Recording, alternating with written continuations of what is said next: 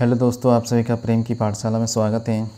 आज हम लोग बिहार करंट अफेयर्स सेशन में अक्टूबर 2023 के करंट अफेयर्स को हम लोग यहाँ पे आज डिस्कस करेंगे। इससे पहले हम लोगों ने सितंबर 2023 के करंट अफेयर्स को हम लोगों ने देखा था और ये आने वाले 70th बीपीएससी एग्ज़ाम के लिए काफ़ी इम्पोर्टेंट है। तो चलिए बिना किसी देरी के शुरू करते हैं आज का ये वीडियो। तो सबसे पहले यहाँ पे हम लोगों ने क्या किया, point wise to the point जितना एग्ज़ाम में पूछा जाएगा बस हम लोगों ने उतना ही इस कवर करेंगे। और लास्ट वीडियो में हम लोगों ने क्वेश्चन के फॉर्मेट में किया था, बट इस वीडियो में हम लोग पॉइंट वाइज पढ़ेंगे। तो सबसे पहले आपको पढ़ना है ब्रांड मुक्ति, मतलब मुक्ति ब्रांड जो है, एक ब्रांड का अनावरण किया गया है। किसके द्वारा किया गया है? जो भी बिहार के जेल हैं वहाँ पे जो कैदी रहते हैं उनके द्वारा जो भी उत्पाद बनाए जाते हैं, चाहे वो मसाला हो, सत्तू हो, ब्रेड हो, खादी वस्त्र हो, ये सभी जो उत्पाद बनाए जाते हैं उन उत्पादों को बेचने के लिए एक ब्रांड का अनावरण किया गया है, जिस ब्रांड का नाम क्या दिया गया है? मुक्ति। तो ये मुक्ति ब्रांड का संबंध आपको याद रखना है कि, और ये इसका अनावरण किसने किया है? तो बिहार कर उद्योग, ठीक है। तो कैदियों से संबंधित है ये। अगला जो न्यूज़ है वो है विश्व युवा सम्मेलन। तो विश्व युवा सम्मेलन के बारे में तो एक नाम है इसमें, रोशनी परवीन, जो कहाँ की रहने वाली है? किशनगंज की रहने वाली है। इसने विश्व युवा सम्मेलन 2023 में भारत का प्रतिनिधित्व किया है और इन्होंने कहाँ पे अपना स्पीच दिया था? तो संयुक्त राष्ट्र मुख्यालय जो कि जनेवा में स्थित है। जनेवा कहाँ पे है? स्विट्ज़रलैंड में है। तो स्विट्ज़रलैंड में संयुक्त राष्ट्र के मुख्यालय में इन्होंने भाषण दिया था और पूरे विश्व से पूरे देश भर से 6 युवाओं का चयन हुआ था, जिसमें से एक कौन है? रोशनी परवीन है। रोशनी परवीन की बात करें तो इन्होंने बाल विवाह को रोकने के लिए और फिर जो ड्रॉप आउट होता है इस बच्चियों का, लड़कियों का, उनको विद्यालय से जोड़ने में काफ़ी मेहनत इन्होंने किया है। तो इनका चयन किया गया था विश्व युवा सम्मेलन 2023 के लिए। अगले न्यूज़ की ओर बढ़ते हैं। एक न्यूज़ है राम बहादुर सिंह और पद्मानंद सिंह ब्रह्मचारी, ठीक है। तो इसका नाम आपको याद रखना है। इनकी आदमकद प्रतिमा का अनावरण किया गया है और ये कौन थे? तो ये स्वतंत्रता सेनानी थे और इनका जो आदमकद प्रतिमा का अनावरण किया गया है वो कहाँ पे किया गया है? सहरसा में किया गया है। तो सबसे पहले तो आप यही याद रखना है कि राम बहादुर सिंह और पद्मानंद सिंह कौन थे? तो ये स्वतंत्रता सेनानी थे और इनका संबंध बिहार के सहरसा से है। उसके बाद है शशि भूषण को राष्ट्रीय खेल में रजत पदक मिला है। शशि भूषण जो 37वां राष्ट्रीय खेल हुआ था, ये कहाँ पे हुआ था? ये गोवा में हुआ था और यहाँ पे शशि भूषण को रजत पदक मिला है। तो ये भी चीज़ आपको याद रखना है।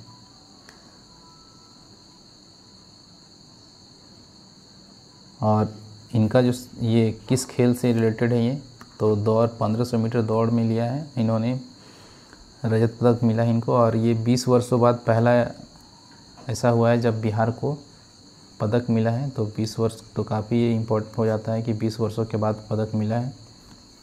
उसके बाद है उत्तर बिहार का सबसे बड़ा कौशल प्रशिक्षण केंद्र मुजफ्फरपुर में बनाया जाएगा और ये जो प्रधानमंत्री कौशल विकास योजना है उसके तहत इसका निर्माण किया जाएगा। और अगर बात करें प्रधानमंत्री कौशल विकास योजना की तो इसकी शुरुआत 2015 में हुई थी। तो ये भी चीज़ आपको याद रखना है। उसके बाद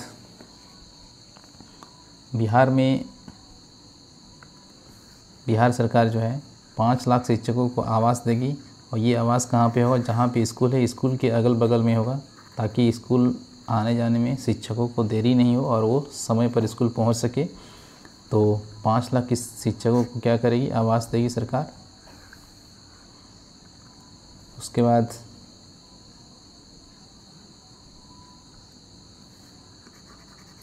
रोज़गार दिलाने की अगर बात करें तो रोज़गार दिलाने में जो भागलपुर है वो बिहार में शीर्ष स्थान पर आया है, यानी कि सबसे अधिक रोज़गार दिलाने में कौन आगे है? भागलपुर। तो भागलपुर का नाम आपको याद रखना कि रोज़गार दिलाने में सबसे आगे है। उसके बाद एक योजना है जिसमें नहर के किनारे क्या होगा, सोलर प्लेट लगाया जाएगा। तो इस योजना को आपको बस याद रखना है कि नहर के किनारे सोलर प्लेट लगाने की बात है। उसके बाद इथेनॉल आप जानते हैं पेट्रोलियम के साथ इसको ब्लेंड किया जाता है, उसके साथ मिलाया जाता है। और भारत सरकार का लक्ष्य है कि पेट्रोल के साथ 20% इथेनॉल को मिलाया जाए।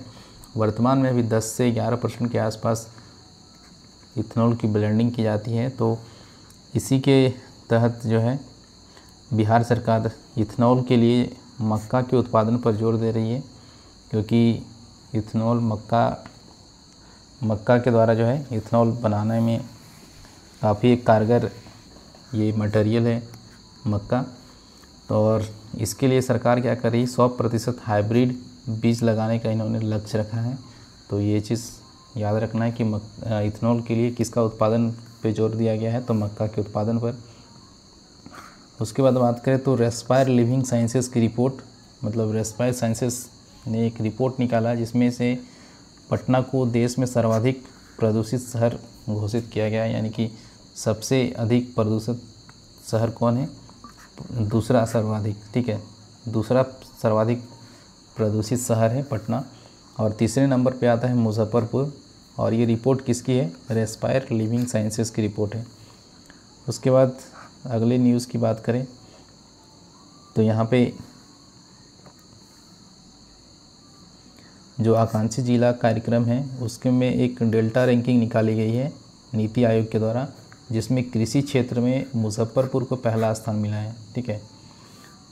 और अगर हम बात करें जो आकांक्षी जिला प्रोग्राम के तहत जो डेल्टा रैंकिंग निकाली जाती है, ये अलग अलग चीज़ों में, जैसे एक होता है कृषि में हो गया, रोज़गार में हो गया, अलग अलग स्वच्छता में हो गया, ठीक है, स्वास्थ्य में हो गया, तो अलग अलग क्षेत्र में है। तो कृषि क्षेत्र में मुजफ्फरपुर पहले स्थान पे है, और अगर ओवरऑल की बात करें तो मुजफ्फरपुर छठे स्थान पे है।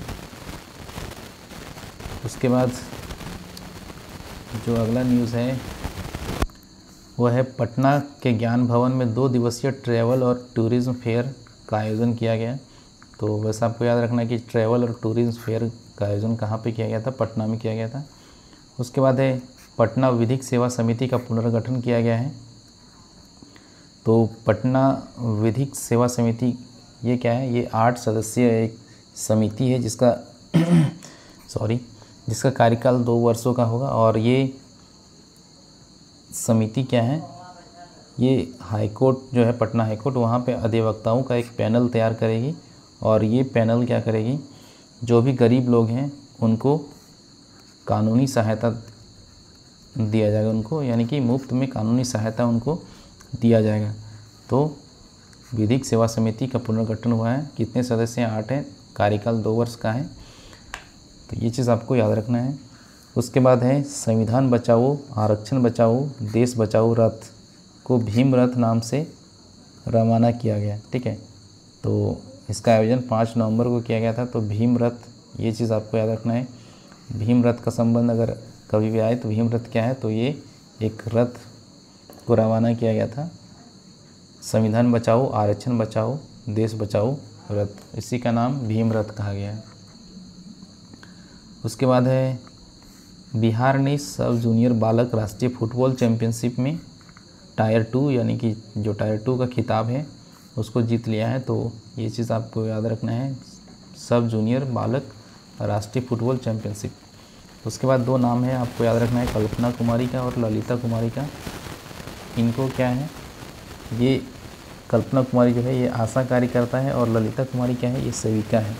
इन दोनों को केंद्रीय महिला एवं बाल विकास मंत्रालय के द्वारा उसकी जो मंत्री थी तत्कालीन, अब तो नहीं है स्मृति ईरानी मंत्री, लेकिन जब उस समय थी 2023 में, तो इनको सम्मानित किया था इन्होंने नई दिल्ली में, कल्पना कुमारी और ललिता कुमारी को।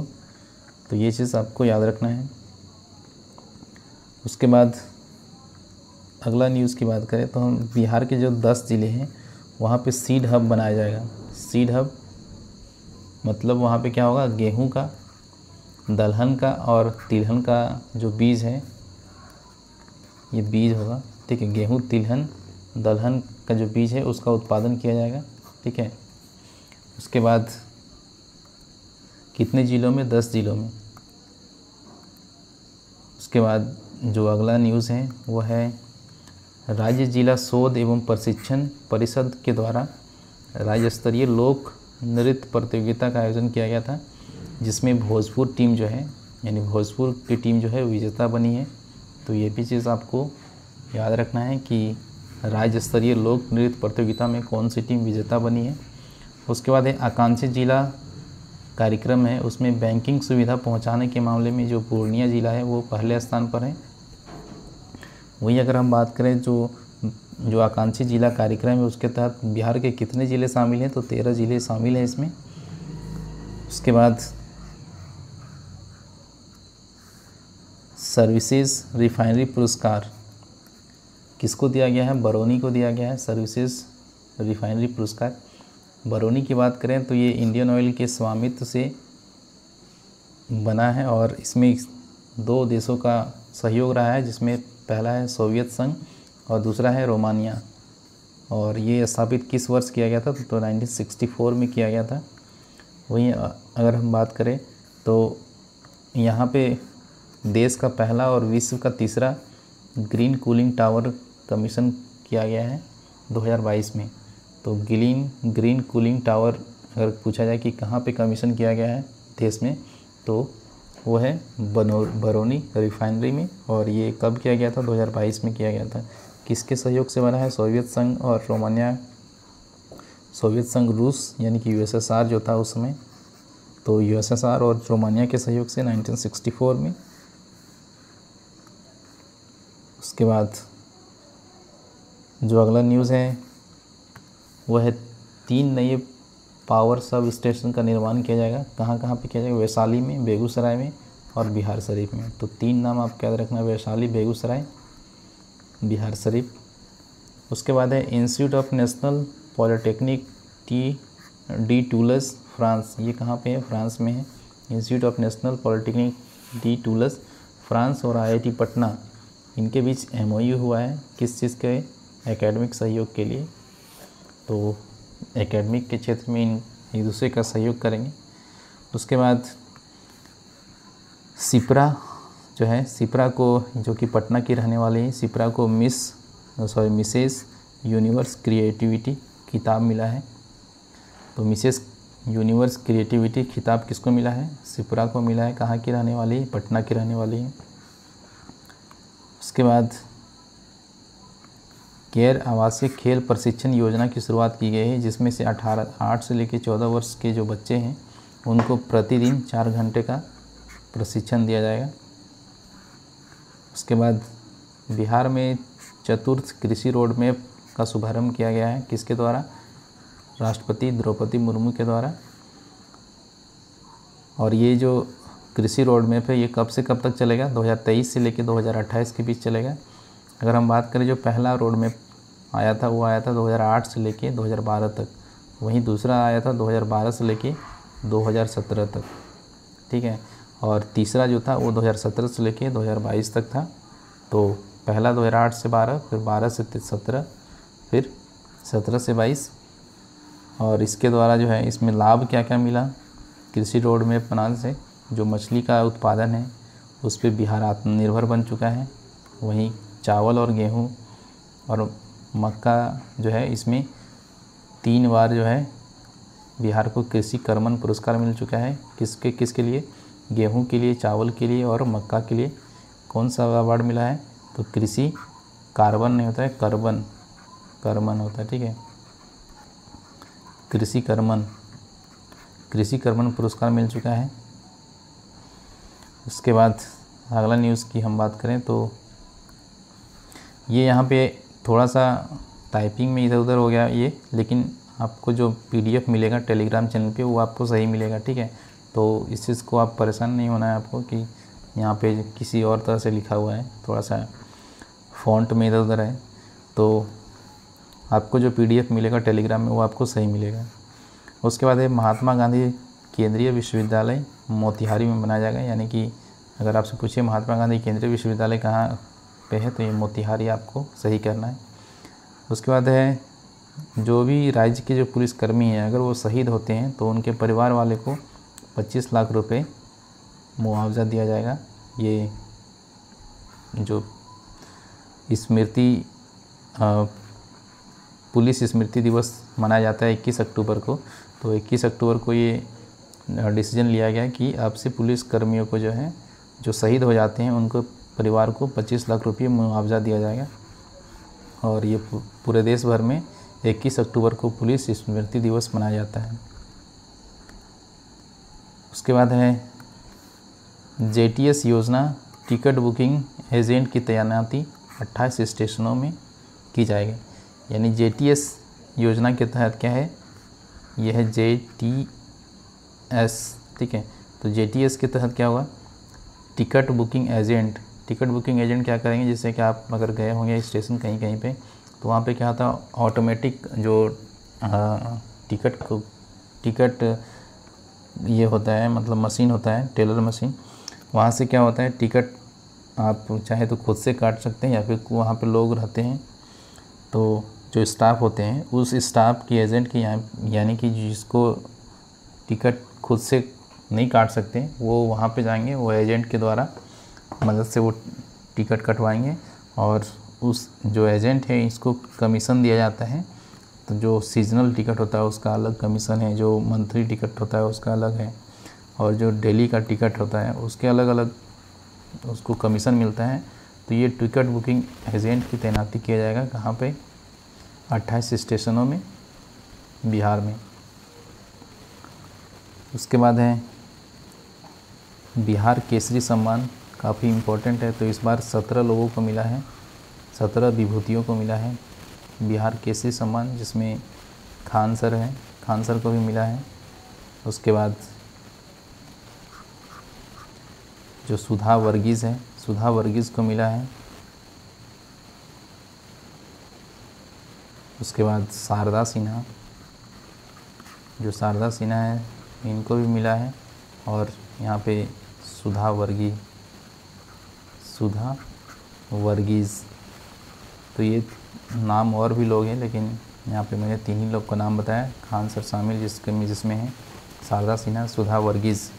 तो इनको क्या मिला है, बिहार केसरी सम्मान। कितने लोगों को मिला है, तो 17 लोगों को मिला है।